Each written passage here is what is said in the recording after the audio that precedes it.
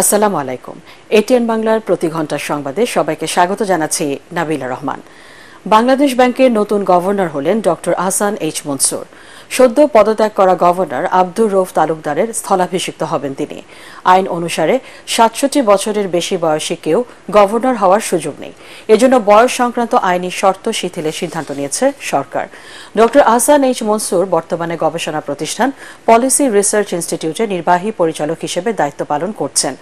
NGO bracket চেয়ারম্যানের দায়িত্বে রয়েছেন তিনি। ডক্টর আহসান এইচ মনসুর ১৯৭৫ সালে ঢাকা বিশ্ববিদ্যালয়ে প্রভাষক হিসেবে কর্মজীবন শুরু করেন। আন্তর্জাতিক মুদ্রা তহবিল IMF ছাড়াও ১৯৮৯ সালে অর্থমন্ত্রী ওয়াহিদুল হকের অর্থ উপদেষ্টা হিসেবে দায়িত্ব পালন করেছেন তিনি। রাজধানীর মোহাম্মদপুর এলাকায় পুলিশের গুলিতে মুদি দোকানদার আবু সাইদের মৃত্যুর ঘটনায় সাবেক প্রধানমন্ত্রী শেখ হাসিনা সহ ৭ জনের বিরুদ্ধে মামলা নিতে মোহাম্মদপুর থানা পুলিশকে নির্দেশ দিয়েছেন আদালত। বাদীর জবানবন্দি রেকর্ড করে এ আদেশ দেন ঢাকার CMM আদালত। ছাত্র জনতার গণ আন্দোলনের মুখে গত ৫ আগস্ট দেশ ছেড়ে ভারতে আশ্রয় নেওয়ার পর শেখ হাসিনার বিরুদ্ধে এটি প্রথম মামলা। মামলার অন্য আসামিরা হলেন আওয়ামী লীগের সাধারণ সম্পাদক ওবায়দুল কাদের, সাবেক স্বরাষ্ট্রমন্ত্রী আসাদুজ্জামান খান কামাল, সাবেক IGP চৌধুরী আব্দুল্লাহ আল মামুন, ঢাকা মহানগর পুলিশের অতিরিক্ত কমিশনার, গোয়েন্দা শাখার সাবেক প্রধান হারুনুর রশিদ, ডিএমপির সাবেক কমিশনার হাবিবুর রহমান ও ডিএমপির সাবেক যুগ্ম কমিশনার বিপ্লব কুমার সরকার। এর পাশাপাশি অজ্ঞাতনামা ২ থেকে ২৫০ জনকে এই মামলায় আসামি করা হয়েছে। নিহত আবু সাইদের শুভাকাঙ্ক্ষী আমির হামজা বাদী হয়ে আজ ঢাকা মেট্রোপলিটন ম্যাজিস্ট্রেট রাজেশ চৌধুরী আদালতে মামলাটি দায়ের করেন।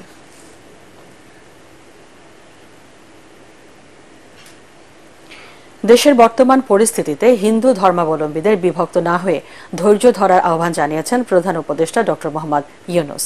রাজধানী ঢাকেশ্বরী জাতীয় মন্দির পরিদর্শন করে তিনি বলেন, দেশের নাগরিক হিসেবে সব ধর্মের মানুষ সমানভাবে সাংবিধানিক অধিকার ভোগ করবে। দুপুরে উপদেষ্টাদের সাথে নিয়ে পরিদর্শনে যান প্রধান উপদেষ্টা। এ সময় হিন্দু ধর্মাবলম্বী সংগঠনগুলোর নেতাদের সাথে মতবিনিময় করেন তিনি।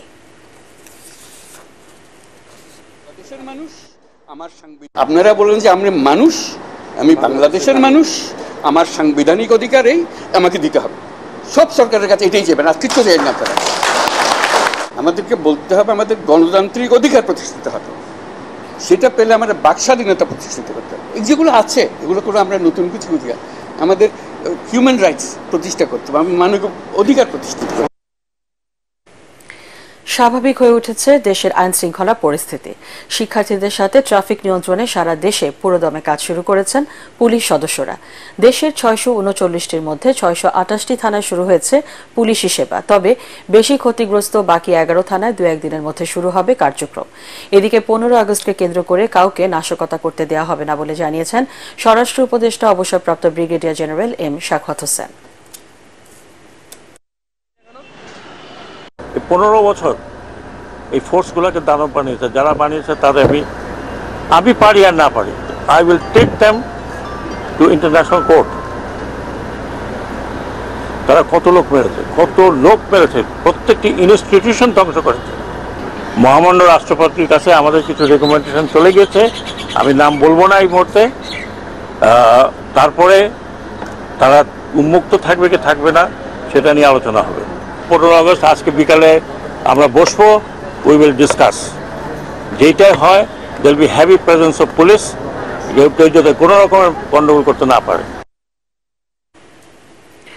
ছাত্র জনতার আন্দোলন দমনে শেখ হাসিনা সরকারের চালানো গণহত্যার আন্তর্জাতিকভাবে নিরপেক্ষ স্বচ্ছ তদন্তে জাতিসংঘকে অনুরোধ জানিয়ে চিঠি দিয়েছে বিএনপি। দলের স্থায়ী কমিটির সদস্য আমির খসরু মাহমুদ চৌধুরী গুলশানে জাতিসংঘের ঢাকা অফিসে গিয়ে আবাসিক সমন্বয়কারী লোয়েন রুইসের হাতে চিঠি তুলে দেন। তিনি জানান, গণহত্যার জন্য শেখ হাসিনা ও তার সরকারের বিচার হতে হবে।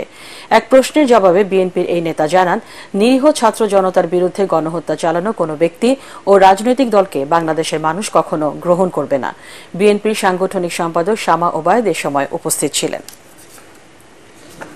বাংলাদেশে যে হত্যাযজ্ঞ হয়েছে, বাংলাদেশের নাগরিকদের যে হত্যা করা হয়েছে, তার একটি নিরপেক্ষ আন্তর্জাতিক মানের স্বচ্ছ তদন্তের মাধ্যমে সম্পূর্ণ যে ঘটনাগুলো ঘটেছে এটার উদ্ঘাটন করার জন্য আমরা জাতিসংঘকে অনুরোধ করেছি। জাতিকে কলঙ্ক মুক্ত করতে হলে বিশ্বের সামনে আমাদেরকে তুলে ধরতে হবে, যাতে আগামী দিনে বাংলাদেশের নিজের দেশের নাগরিকদের হত্যা করে জোর করে ক্ষমতায় গিয়ে থাকার যে আকাঙ্ক্ষা, সেই আকাঙ্ক্ষা যাতে কারো মনে আগামী দিনে না জাগে।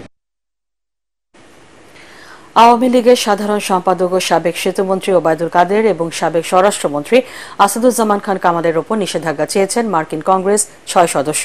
দেশটির অর্থমন্ত্রী জেনেট ইয়েলেনকে চিঠি দিয়েছেন দেশটির পার্লামেন্ট মেম্বাররা। বিনা উস্কানিতে শিক্ষার্থীদের আন্দোলনে হামলা ও পুলিশ বিজিবিকে আন্দোলনকারীদের দেখামাত্র গুলি করার নির্দেশ দেয় তাদের উপর নিষেধাজ্ঞা জারির এই আহ্বান জানানো হয়। কংগ্রেসের এই সদস্যরা হলেন Lloyd Doggett, Edward J Markey, William R Keating, Chris Van Hollen, James P McGovern ও অল গ্রিন। লয়েড ডগেট তার সামাজিক যোগাযোগ মাধ্যম এক্সে চিঠিটির অনুলিপি প্রকাশ করেছেন।